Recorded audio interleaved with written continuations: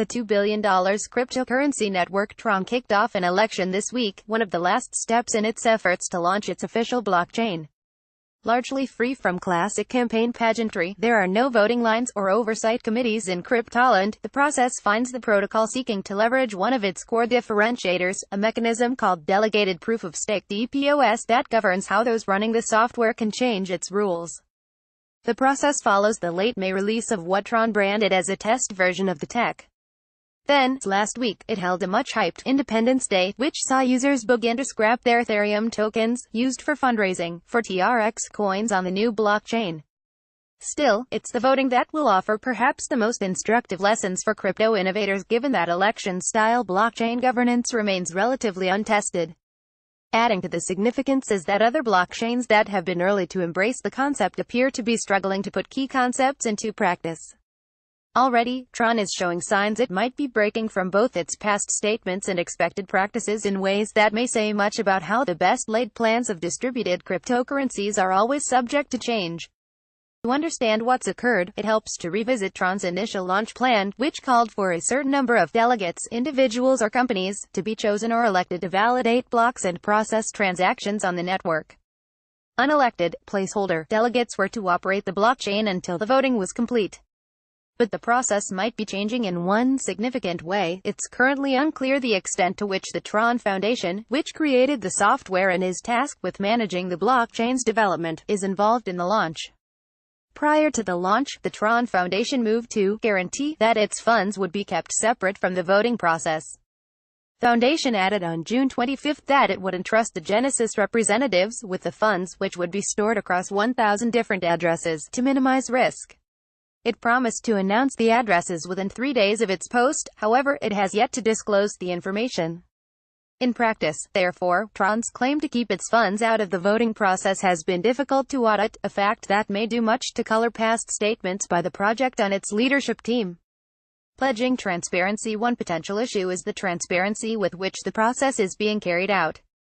The Tron project, for instance, has frequently sought to appeal to investors with rhetoric that emphasizes democracy and transparency, with the terms figuring prominently into communications to the public made by entities such as the Tron Foundation. At the time of its founding, the project planned to both fundraise on and remain tied to Ethereum for development. However, Tron later announced its intention to launch its own mainnet, citing both Ethereum's inefficiencies and its governance as its rationale. According to the Tron Foundation, Ethereum does not acknowledge what Tron has called the natural rights of the token. In their systems, miners, founders and developer teams hold much of the power, a Medium post from the Foundation stated. Token holders do not have any governance rights. This is an oligarchic system controlled by a select few, where there is no legitimacy in the true sense of the word. As such, Tron has cited DPoS as a means of creating a superior network to Ethereum, arguing that it allows for better transaction processing speeds while creating a more democratic governance process. With this in mind, it's perhaps noteworthy that currently, it's unclear which entities are acting as placeholder delegates and how they were selected. Whereas EOS, a hotly anticipated DPoS blockchain project that launched at the beginning of June, had a well-documented process for picking the first round of validators before token holders started voting for representatives, Tron's explanations and literature on its process have been less clear. Gaps in information. What we know is that on the Tron blockchain, 27 anonymous, temporary delegates dubbed Genesis representatives are currently being tasked with operating the blockchain until token holders select an official group of super representatives by voting with their tokens. Beyond that, there are significant informational gaps in its public statements detailing the election process. Specifically, Tron's public statements do not make clear the means by which Tron's Genesis representatives were selected, and therefore, how the entities in control of the network came into power. In fact, the Tron team has introduced two separate narratives on this account. In a June 19 post to a community forum on Tron's website, Tron Chinese, a forum administrator, wrote that the project's engineers would choose the Genesis representatives based on technical proficiency. However, in a June 21 Medium post, the Tron Foundation claimed that the Tron community had chosen Genesis representatives through an election. No clear answers. CoinDesk is notably not alone in its inability to find information on, or mention of, the Genesis representative election described in the post.